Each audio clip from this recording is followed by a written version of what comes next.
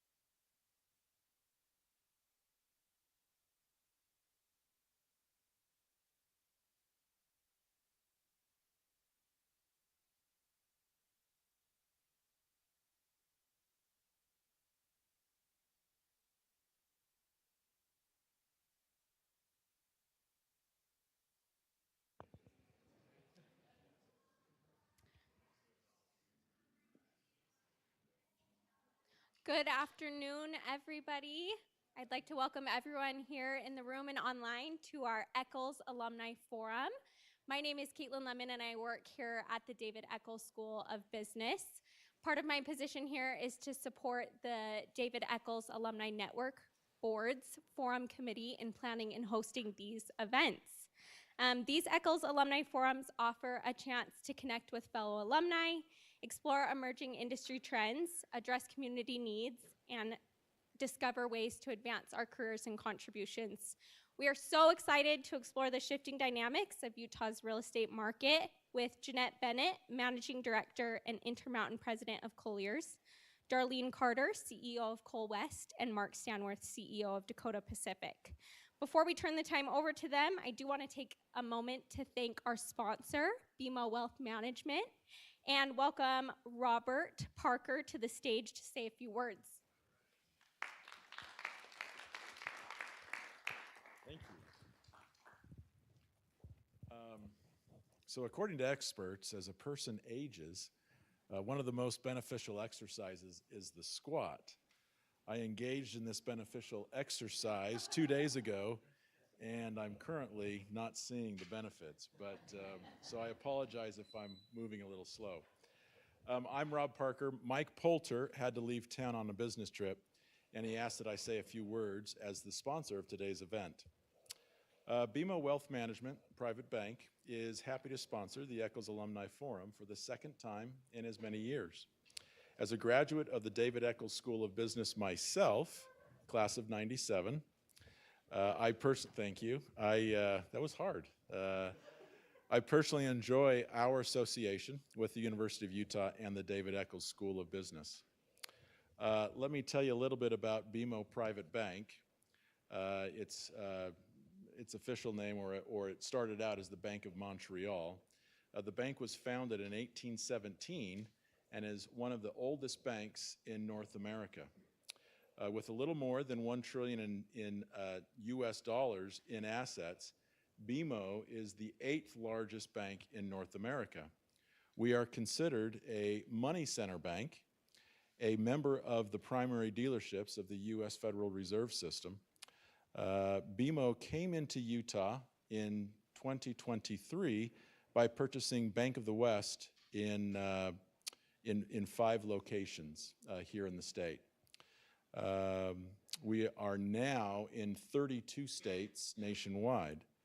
BMO Bank NA, on the U.S. side of the border, is headquartered in Chicago, Illinois. The U.S. commercial bank operations would be on its own the 10th largest commercial bank in the United States. We have 13 million customers worldwide, 43,430 branch and ATM locations with offices in the UK, Abu Dhabi, Taiwan, Switzerland, Singapore, France, India, China, and Salt Lake City, just to name a few. If you don't know about the private bank at BMO, stop by and talk to Julie Sahlberg or myself afterwards. We hope this alumni forum educates, entertains, and benefits all of us talking about these important economic subjects. Thank you.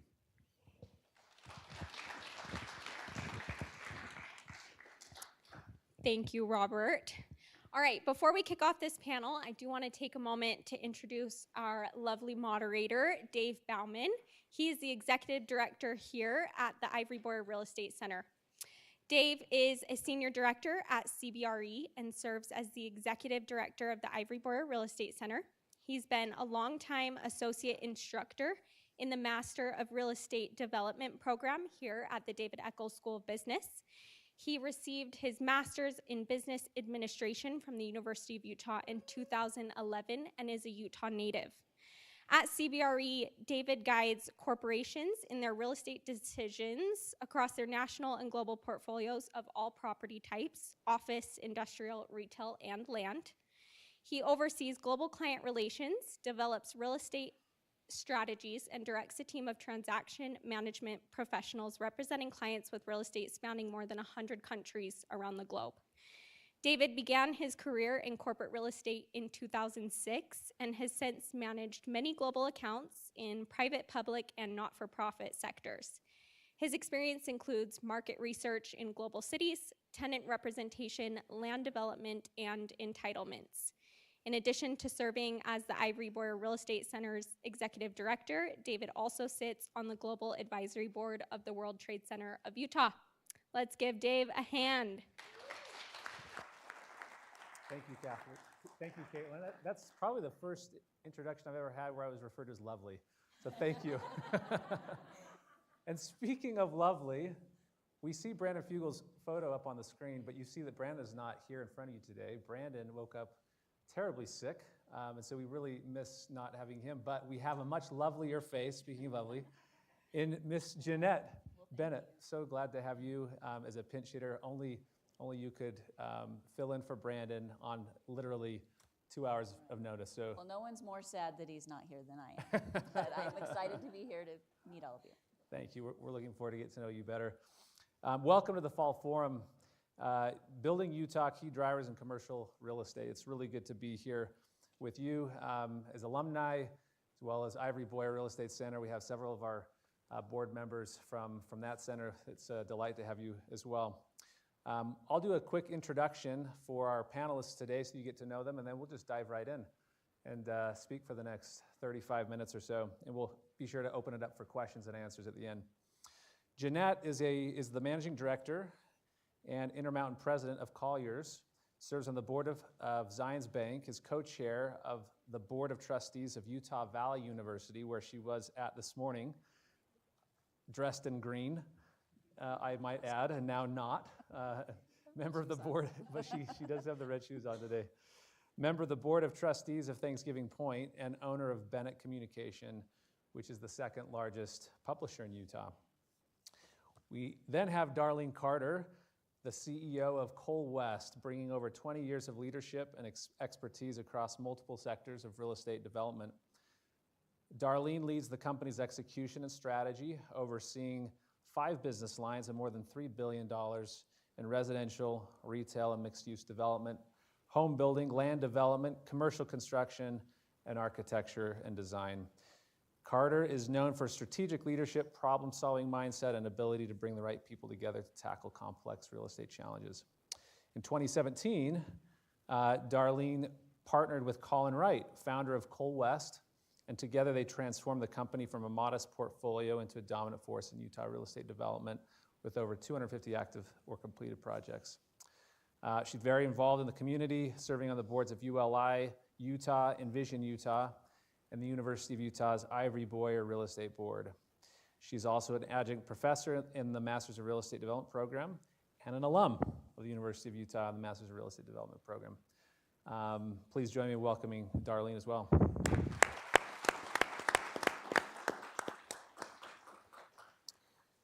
Third, Just Marc, you can just say, move on. Marc Stanworth. We didn't get to Save do the that, best for Marc, last. so you're going to feel the pain. Let's get him his bio. Not nearly as impressive. So.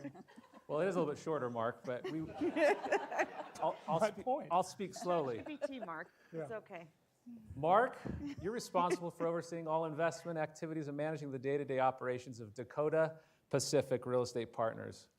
This role entails guiding the firm's overall portfolio strategy, asset management, and acquisition development functions, and serving as a member of the firm's investment committee. Prior to joining Dakota Pacific, Marc was a principal at HP Investors, a San Diego-based real estate investment firm where he led the acquisition and joint venture development of commercial and multifamily properties totaling approximately $500 million through select Western U.S. markets.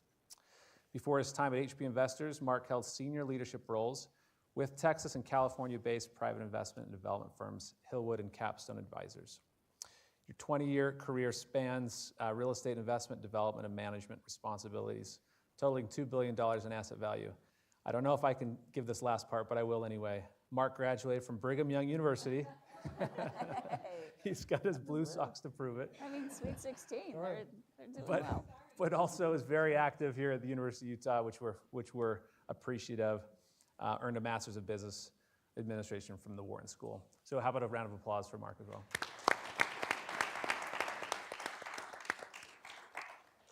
Okay, let's dive in. Let's talk about commercial real estate in Utah. Jeanette, we're going to start with you. Okay. It's been 5 years now since COVID hit us, Right. and many thought that the office was dead. So bring us current on office utilization today, and just the state of the U.S. office market, or the Utah office market. Right, yes. So this is the topic that I'm surrounded by. I think about it all the time, and it's been an interesting decade in the commercial real estate space. And of course, I'm new to Colliers, but I've been an entrepreneur and a business owner and a Utah leader for many years. And so now sitting in this seat and knowing more of the metrics and the dashboard, it's been fascinating for me to watch. So of course, when COVID hit, as we all know, we all went home. We stayed 6 feet apart. We, canceled everything. We stayed home. We got used to slippers and DoorDash and all of the good things. We got used to ordering things that landed on our porch in brown boxes. And all of that ended up being good for Utah and good for our commercial real estate world. Our strongest market right now is industrial more than office or retail, and it's because of our e-commerce companies that have really benefited from the pandemic behavior that has continued to be part of our ongoing culture and our desire to order things from the comfort of our own home. When I was growing up, there was the Sears catalog, and we mailed it in, and that was the way it was. And then, the malls came, and now we're kind of back to that Sears catalog model with a modern version of that. Now, along that with office, so many and most companies went home. Many of them came back hybrid. Now what we're seeing is that the majority of companies are back in office with a taste of the hybrid, with the flexibility that people want, but that does require office space. So we saw a real resurgence in 2022. That was a really strong year for commercial real estate and for the office market and industrial and retail. It pulled off a little bit as the interest rates changed in 2023. 2024 was back up again, and we see an increase in 2025 as well. Now, with that, there are obviously lots of changes. Companies are rethinking how many square feet they need, and so we have seen, vacancy rates that we're not familiar with. We're currently, depending on where you look and how you slice it, maybe 15 to 20% vacancy, depending on the submarket, depending on a lot of things. Sublease space has been a big part of what has happened. Companies would have maybe 100,000 square feet, not need it all, so then they hire us or other companies to sublease some of that space. And in the past, our research didn't even track sublease, but that's become such a part of the market that that's definitely something that we track and talk through when we're thinking of absorption. So far this year, our first quarter, we're seeing a slight increase in absorption, so we like that trend. If you're commuting on I-15, you've noticed it's a little more crowded, so that's one little metric of what you can see. We're also, and this is interesting, we're seeing companies that want to rethink their space, either their current space or to get a new space, in part because they want a fresh look. There's some COVID ghosts, in the past of things that the way they were, and now we're trying to do it differently. And in some cases, a new space indicates a new chapter. And so we're seeing some of that, which is exciting. Companies are also wanting great office space so that their people will come back, and they're happier when they're back there. So amenities. So there's a lot of talk and focus on that in all the classes, A, B, and C. What can we do to make people happy and have them have a great experience when they are at the office? Because then if they're happy there and feel like their needs are met, then they're more likely to come. Great. I want to talk about a little bit about that employee experience a little bit. Darlene, let me ask you this question because Cole West, you now own your own office building, and this happened during COVID. Maybe you could talk a little bit about what gave you and your company the confidence to go spend what you did to provide office space to your staff, and how it's being utilized, and what maybe some of the trends you're seeing as it relates to your office space as a company. Okay, well, I guess I would just say that, when you own a business, you want to set the culture of what you're trying to do and attract talent to that culture. So I totally am aware that many people send their employees home to work from home and see how they could thrive, and that's something that we didn't do. And we have always felt that, especially because we're vertically integrated, we're a development shop, and we do our own construction and design, and we have a home building company, that our kit of parts is greater when we are together. And so I think what we are trying to do is provide a space that is inspiring for creativity. It's a place people want to come. They're proud to be there. I think we want to provide a space that people can think clearly. I mean, I don't know who's that successful with their kids and family, asking them what's going on every 20 minutes. Like, I think, like, awesome if that's you. I have never been able to thrive in that environment. But I think more than just providing a space, saying, Kate, we're going to anchor on, A, we believe that we need to be in an office, and 2, what's the energy or culture that we're trying to cultivate when people are there. It goes through, what does our building look like? What is the food in our refrigerator? What is the space in our building look like for open space? What are the private office spaces? And I think that all of those decisions anchor back to the culture of what we're trying to do, which is that we want to work together, we're executors, we have a sense of urgency, and we believe in a collective environment. Yeah, that's great. You know, Jeanette, you talked about some of the costs. You talked about vacancy being upwards of 20%, potentially higher in certain submarkets for certain asset classes. Maybe a question to you. Maybe Marc, you could get onto this as well as a developer of office. Do you envision any new supply of office coming anytime soon? Is anybody thinking about building office, and maybe why or why not? So Class A office space, we are not seeing a lot of that coming on the market. A small percent of that, and that's because it doesn't pencil very well. Doesn't pencil very well, and we hear that a lot. And of course, interest rates matter, cap rates matter, all of this matters, and it's making it so that we're not seeing a lot of that in the next few years. Well, I think there's one Class A building under construction in the Salt Lake market, similar with B and C. So we're seeing kind of a pause, but I actually think what we're going to find is we're going to feel an urgency in 2 years of like, whoa, we're behind. You know, everything's full, and we need to do more. And in industrial, we're behind, especially in some of the parts of the state. It's like, wow, everything is filled, and if we had, many 100,000 more square feet, it would be filled tomorrow. So I think that's going to happen with office, but I can't really blame the developers and the investors for saying we're just going to hit pause here for a second. Let's watch that vacancy go down before we provide more square footage on the market. Is that what you're think saying? about the best assets in our market downtown, Salt Lake. Rents are in the $45 to $47 range, maybe top of the market, right? 95 states, some of these. To justify new construction for similar types of buildings, you're going to be $60+ a square foot. And so there's still a very big gap there, but it's really interesting. All the best assets are full, the very best assets, and there's going to be a spillover effect to that next rung down. We've got a great office building kind of in the Cottonwood Heights submarket, 100% full. We've been full for over 2 years.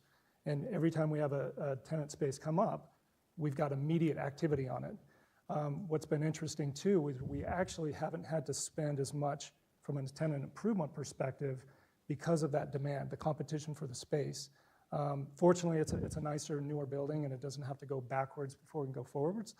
But I think that's kind of generally been the trend, is there's really good demand out there for the best space, and I agree with you. I think in a couple of years, it's going to be a whipsaw effect because we are going to be under-officed. I think those people coming out of school, the expectation of, I've got flexibility to work from home, get over it. I mean, yes, there is some flexibility. We've got special situations, but that mindset of entitlement of, I don't need to come into the office, you're doing yourself a disservice.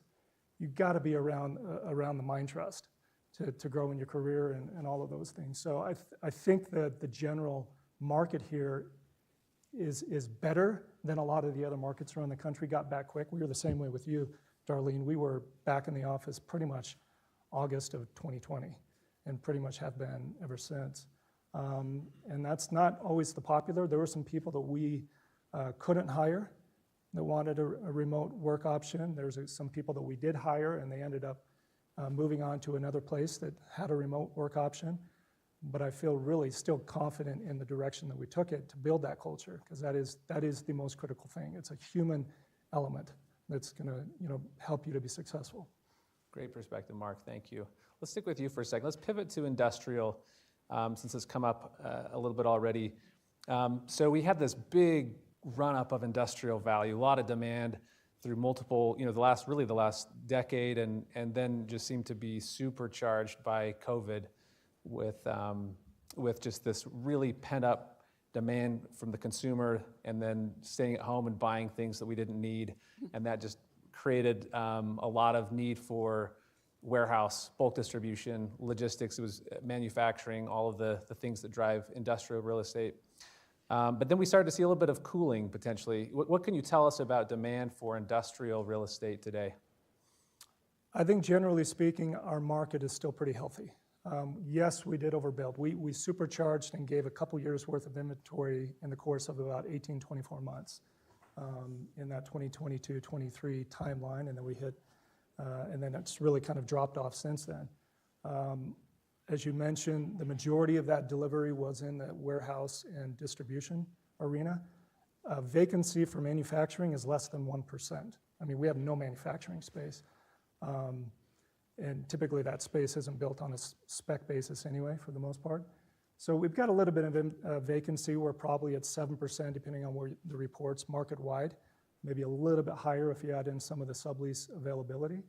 But we're eating into that quicker than a lot of our neighboring markets. If you look at what's in Phoenix, Las Vegas, Inland Empire, Denver, we have much less overhang of inventory relative to those markets. Rents have been pretty flat, kind of really since the interest rates started taking off, maybe slight pullback in some spots. So I think we're going to have a similar situation. There's not a lot being built. There's about 3 million square feet under construction right now. I think the Ritchie, they've got 1 million square foot spec going, and that's probably one of 5 in the whole country that are 1 million square foot spec. You got some data center activity going on. There's nothing really going on in the small to mid bay, because again, the economics are really tough. You can't quite get to those yield expectations that a lot of investors want. So what we have to convince ourselves is, okay, that's where the puck is. Where's the puck going? And how do we get there before everyone else? Because as soon as the interest rates come down, or people decide it's now time to develop, we're a developer's market. I mean, I look at Mr. Boyer up here. He's led the charge. You should be in my seat, by the way.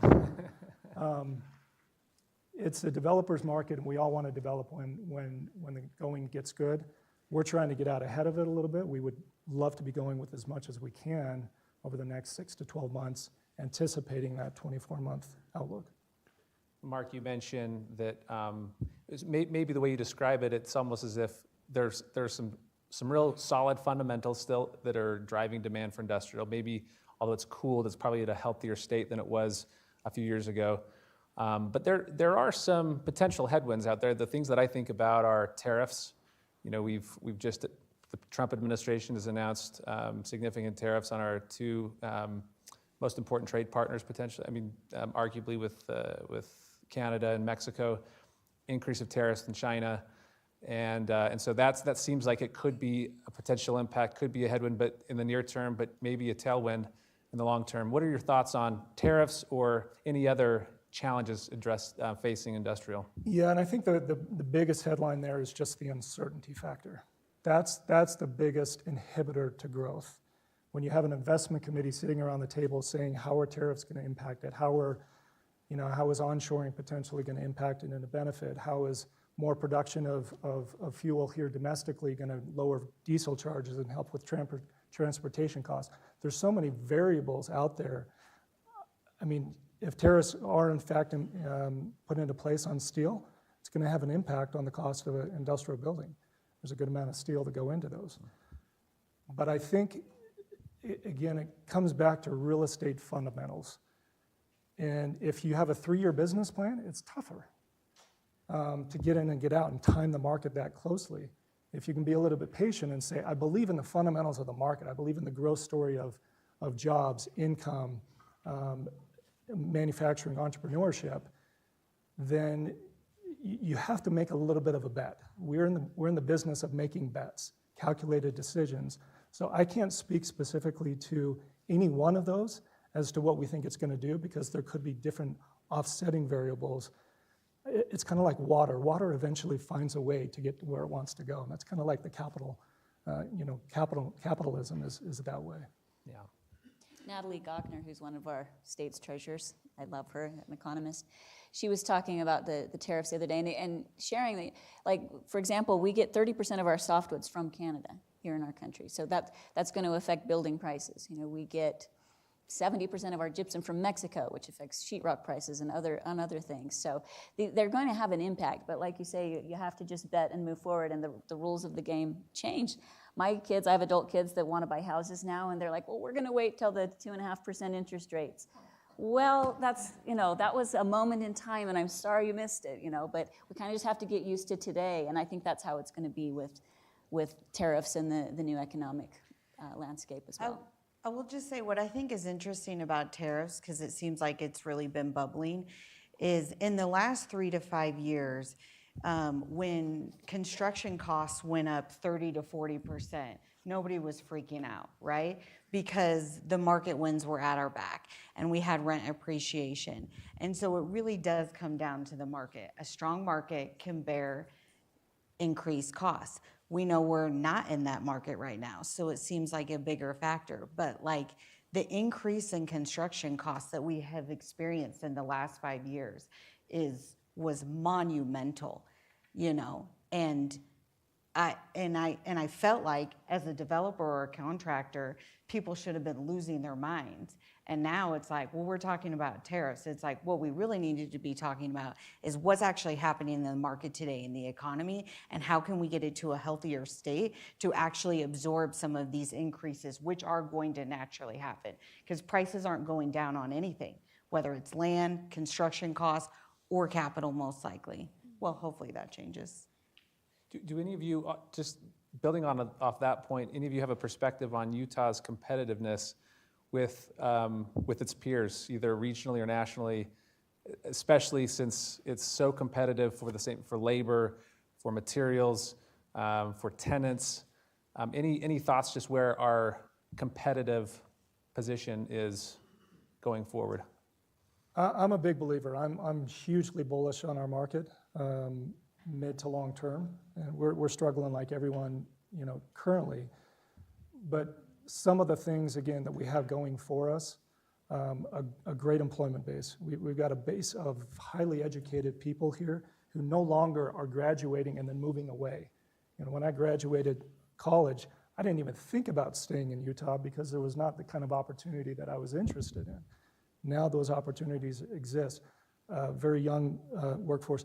One of the biggest headwinds that we face, and Darlene, you could speak to this too, which is both an opportunity for us as developers, but also a real headwind for the community, is the cost of living that has jumped up. The price of homes is making our competitive advantage a little bit less so than it was before. I mean, we were always such an affordability draw for so many people. So we got to get out ahead of that. I know the governor, legislature is doing a lot of things to try to really close the gap. Dayan would tell it, we got 270,000 units of housing that we need to account for over the next 10 years. That's a lot of units. So we've got to figure out how to close that gap, to continue to have that relative affordability. But I think generally speaking, I really like where Utah is positioned relative to surrounding states. We just met with a national site selector, and we were gauging her take on Utah. When she has these big clients and they're looking at multiple states, and Utah's one of them, what's on your spreadsheet about us? And she said, here's what we love and about Utah and what we tell our people. Great workforce, which you mentioned. These are good people that want to work and they have a good work ethic. Great quality of life, which means something different to the employees than it does to the employer. But she talked us through that. We're known as a great quality of life state, which I love. She said, we're not known as a state that gives great incentives. That's something we could talk about for hours, but that other states are doing more of that, more tax incentives and things to bring companies here. We used to be known as an affordable place to work, and we're kind of neutral right now in comparison to some of our other states. It was kind of interesting to see an outside perspective, but it really came down to our people were our greatest asset and our closeness to our beautiful mountains. Yeah. I guess I would just say, I do think Dayon and the Institute is great for facts.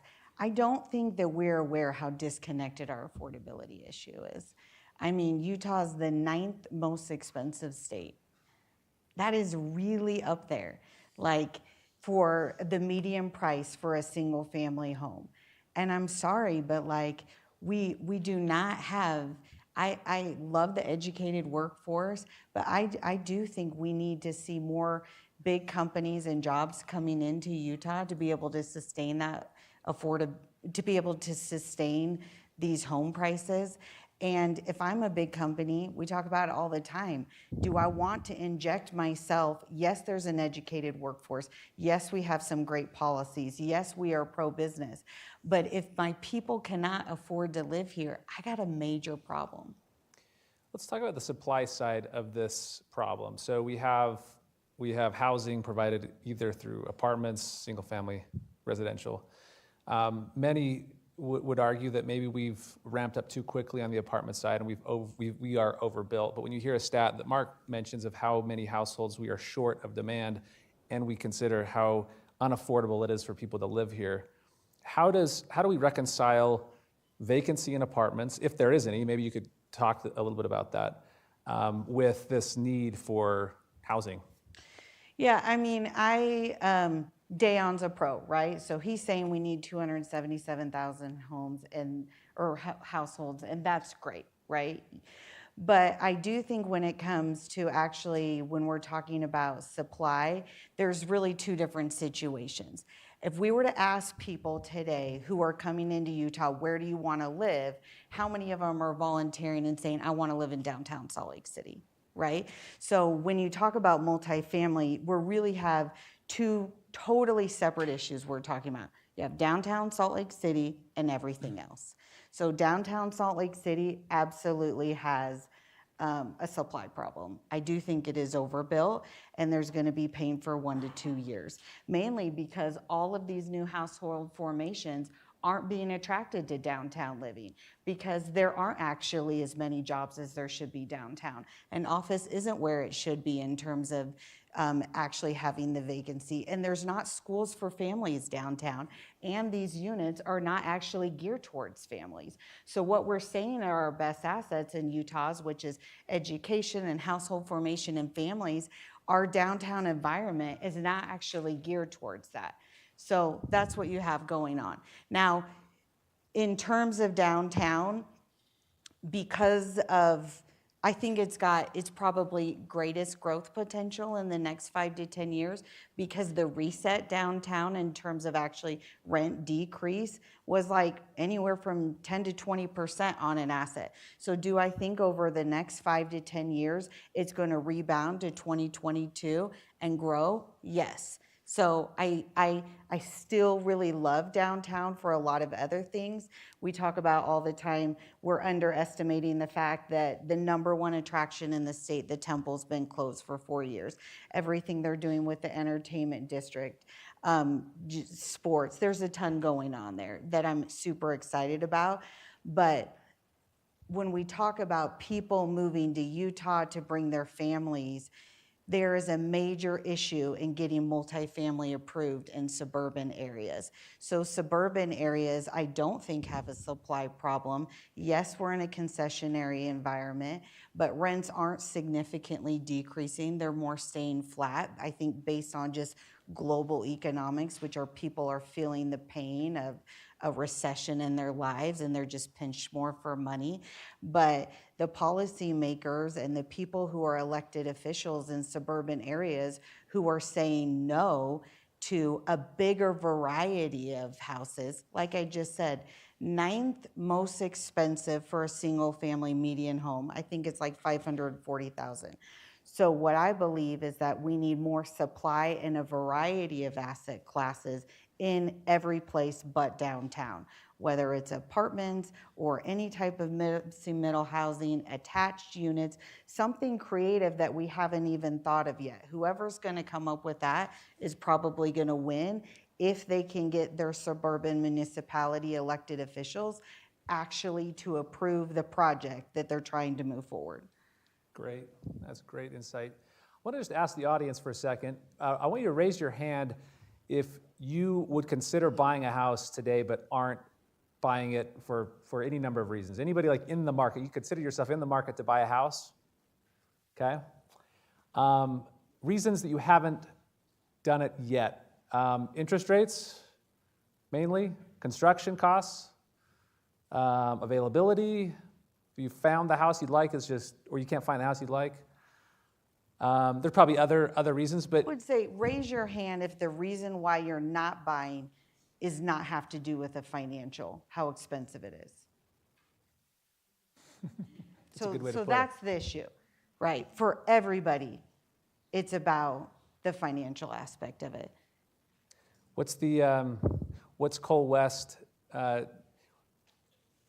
like what role do you as the developer have in kind of helping us solve this problem in Utah? And what are some of the things that you guys are thinking about to bring more supply online? I think, for all of the developers, what the belief is that more supply of a variety of asset types, whether it's condos, high density, single family, garden style apartments, podium style apartments, all over the state. As much as you can put into this system, that's how affordability happens. Because when you put more supply into the system in a variety of asset classes, then everything shakes itself out. Somebody can move up or move down depending on their budget.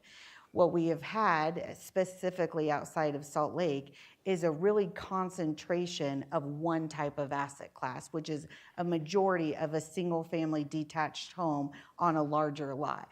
And bringing all of our cities to the table, I mean, candidly, we were in Syracuse City last night. We bought 2 remnant parcels from UDOT, right? These were just remnant parcels that need to be developed, that were off of a major infrastructure. The governor's saying we need affordable housing. The way that we can do that is provide higher density. And you have elected officials who are saying, I'm not sure about that, right? Well, And it's the like, issue- that's the problem, right? Is that you need a variety of asset classes, and people, they think, well, if that's not what I would want to live, if that's not what will work for me, then I don't want it in my city. And I truly don't think that until people's own children or sisters or brothers aren't buying homes and they have no place to live and they're living in your basement, then you may not change your mind about the fact that we need a bigger variety of asset classes. Darlene mentions, the governor, and at the top level of state legislature, they understand the issue and they're trying to solve for it. The problem is down at the local level. And some of these council members, they're in a lose-lose position, right? If they go along with it, they get lynched by their constituents. So we found that a lot of times it's not even necessarily the elected officials. They kind of want to do it, but they've got a major contingent behind them that has become very anti-growth. So Utah is struggling to reconcile its growth. We've grown really quickly the last few years. We've had a lot of people. I mean, you talk about some of the changing in demographics. We're now net in migration as opposed to natural births on our growth. We're 52% or whatever is from migration, which is part of the reason I'm maybe not quite as, and I'm not suggesting you're too pessimistic about downtown. We're going to work through it. Pro formers are not going to get hit there for some of that newer product, but we'll work through that inventory, and it's going to create a more vibrant downtown. It's going to demand a need for additional retail, additional amenity. So it's going to be a process, but it will be net positive for the entire region, especially with some of the investment that's going to be coming over the next 5 years. But we do have a local problem. I mean, we've been fighting a fight up in an unnamed county for about 5 years. So it's a challenge. No. Go on record. No. Oh, I think we are going through a reset as a state, and like you mentioned, the in-migration being higher. Our birth rate is below replacement, and so we're not seeing as many families that have 6 kids that need the half acre, but we're still we still have that mindset. But I think before the Olympics, I think we'll see a big change in desire to live downtown. We also have the Point coming in the bottom of Salt Lake Valley, which is going to bring that high-end office space, livable community, walkable community. But that's going to take a different thought process and a different approach to living that we haven't had traditionally as Utahns. But we But I need think we're more, getting we there. do need more jobs. Jobs are gonna help close that gap, right? Incomes get elevated. We're 74,000 median income in Salt Lake, I think. Denver's 92 or thereabouts. We're gonna have to bring more jobs, elevate incomes to help make the financial hurdle less daunting. People follow jobs, and it's no longer, again, just work from remote from the Bay Area.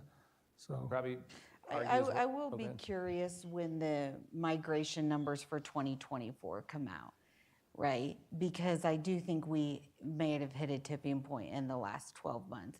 And I know that the immigration has been stronger than the natural increase since 2020, but I do wonder, this affordability thing is such a problem that I do think people are gonna look at other options if we can't fix it. I agree. In a second, we'll open it up for everybody to ask any questions. I think we even have some questions online that have come through, but we'll give you a chance to do that in just a second. But before we wrap up this section, I want to ask each of you a question. If you had $100,000 to invest in commercial real estate, which asset class would you put it in? Who wants to start with that one? Marc, you want to start? Our deals.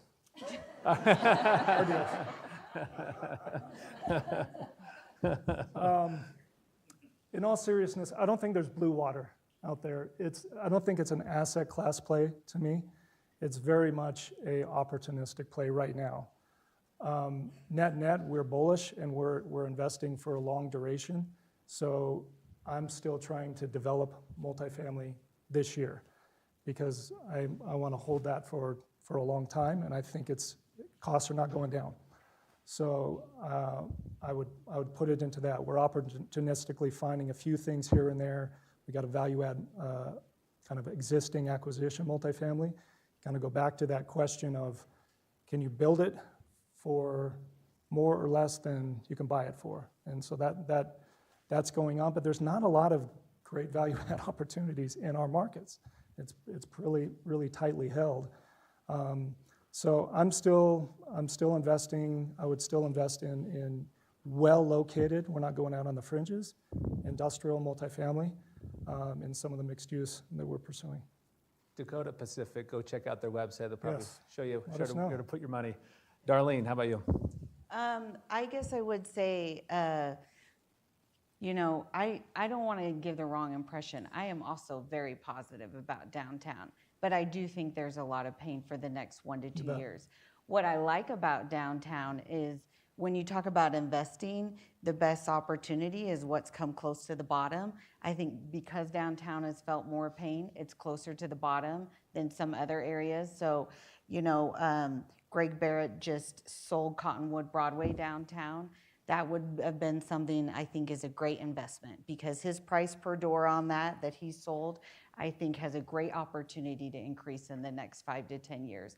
But that transaction was really a result of the supply out there, the seller needing some liquidity most likely, and them needing to transact, and somebody being able to step in a project that's for sure below replacement cost, and there's a great headwind for downtown in the future. So those are the things that I would be looking for.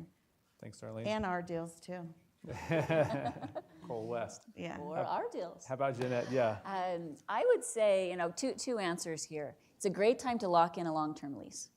So if you're an entrepreneur, if you have a company, it's a great time to lock in a 10-year lease, get a year of it free, get some great amenities, lock into that. You have landlords that are wanting to fill their space, that are tired of not having someone on that floor. So I think it's a great time for that. Secondly, I think it's a great time again to invest in improving your assets. So we had a building, Sky Point, that was sitting about 60% vacant. They put in a couple $1 million, and now it's 98% full. And so it's a great time to upgrade. People are liking quality. People are liking upgraded things. And so I think it's a time to make a move. Josh James, who's one of our state's great entrepreneurs, he built Omniture, sold it to Adobe. He runs Domo, or CEO of Domo now. He talks about how in times of trial or in times of an intense battle, that's when you can actually move the ball further down the field. But you have to be bold. You have to be bold. But this is the time to make big moves. Thank you, Jeanette. How about a round of applause for our panelists?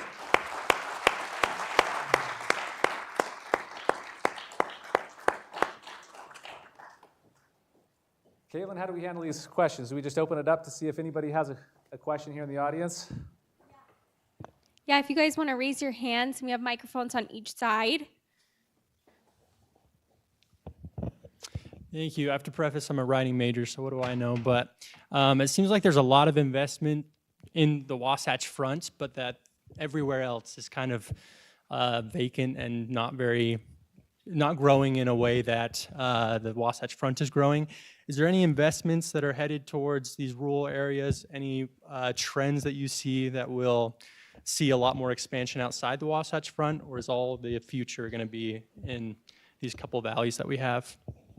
Who wants to take that one? I mean, I would just say in terms of housing, we build in St. George, and St. George has actually been very stable and resilient in both the residential and commercial front. So population growth is continuing to grow. They're attracting jobs. So I'm not sure that is a totally accurate statement. Maybe it's just whatever's the loudest is getting all the headlines. But I think there's a lot of positive things happening in southern Utah. But I think it's fundamentals. It's supply and demand. Is there a demand for people to want to live in the far out outskirts if they have to commute long distances to work? So traditionally, it's always been based around employment.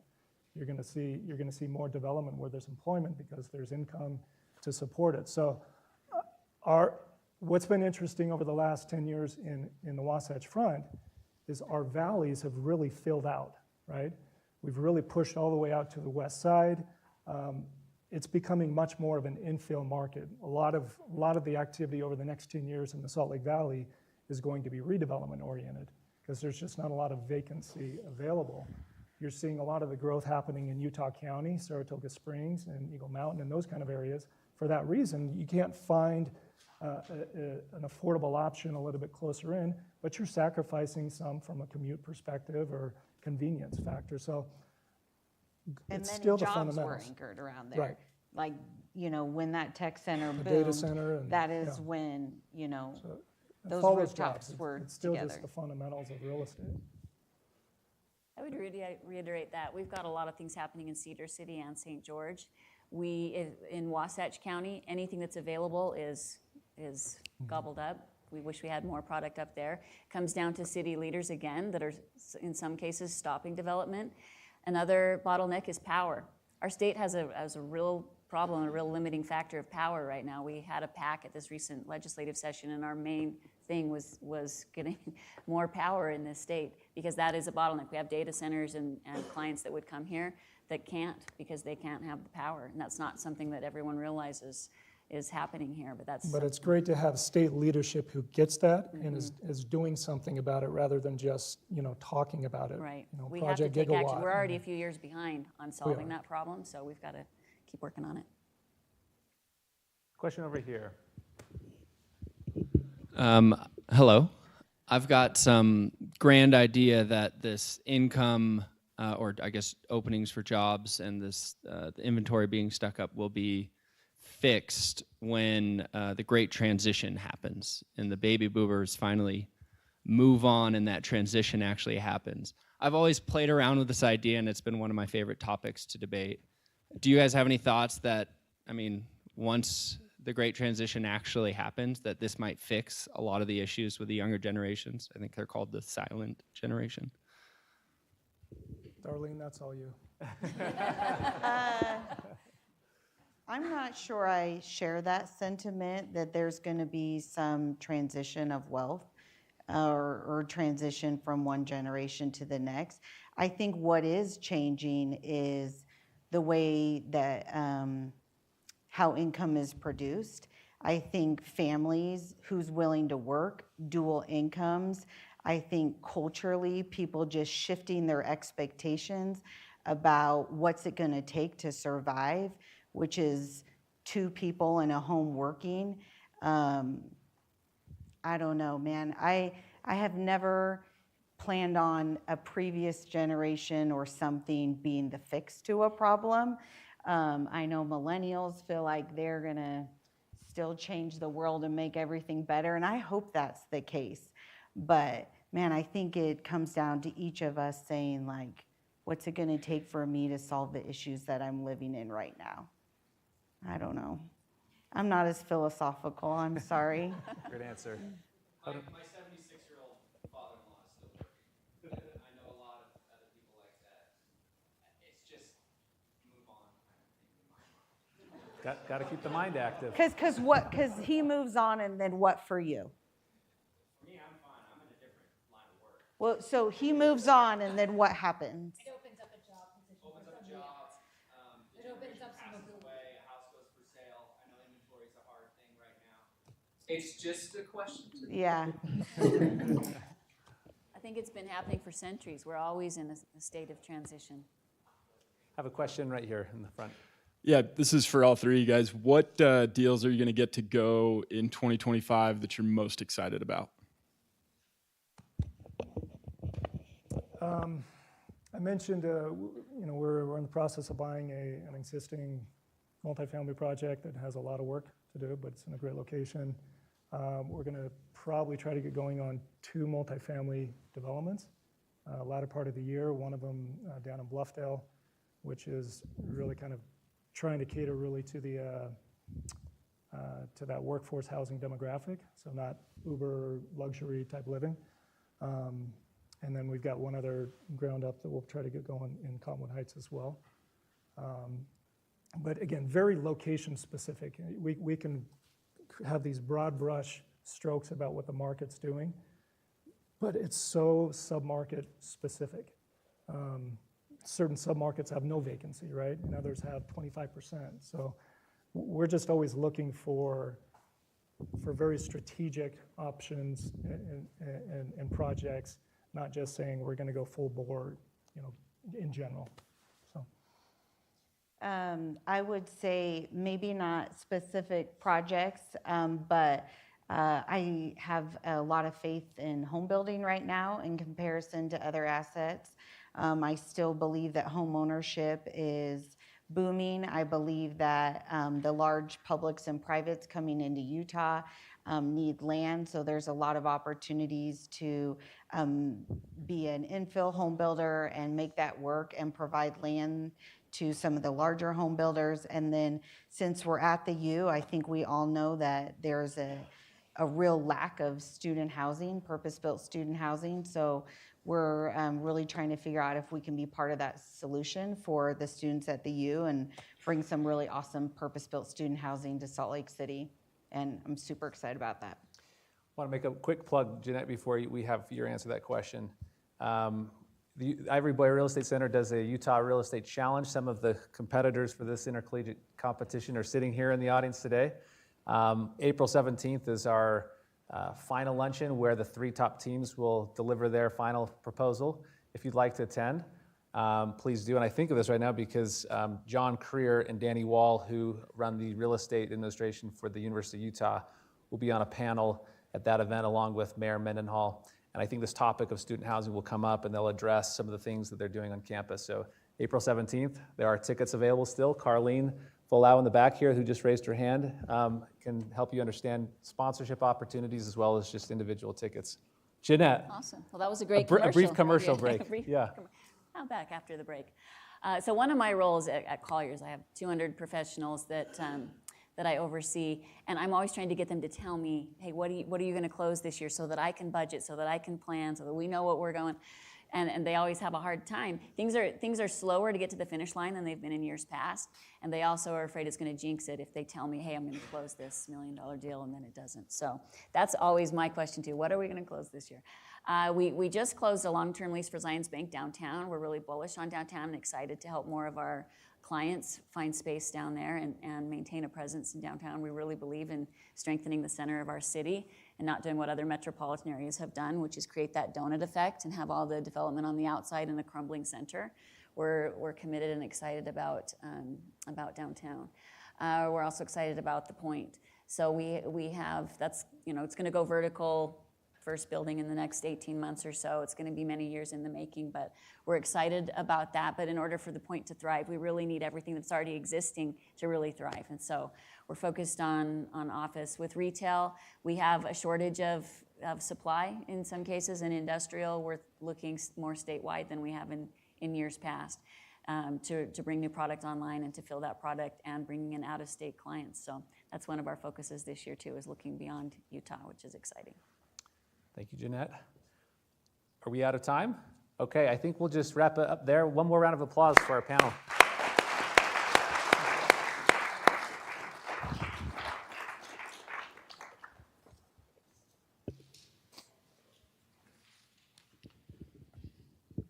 Thank you, everybody, for joining us today, and a big thank you again to BMO, to Dave, Jeanette, Darlene, and Marc for sharing their expertise on the Utah real estate market. Our Eccles Business Buzz podcast listening party on April 22nd, 2025, from 5:30 to 6:30. And so come and listen and to hear from experts on the economic value of mental health. And you can go ahead and scan the QR code on the display right now. The David Eccles School of Business Hall of Fame is coming up on Tuesday, May 20th, 2025. This year, we are inducting Gregory J. Goff, founder and president of GJG Energy and founder and president of the Goff Strategic Leadership Institute at the David Eccles School of Business. For more information, please visit eccles.link/Hall of Fame or scan the QR code on the screen. Would love to hear your thoughts on today's forum. Scan this QR code or visit eccles.link/forum feedback, and please take a few minutes to let us know about today's topic and any topics you would like the Eccles Alumni Forums to discuss in the future. Thank you.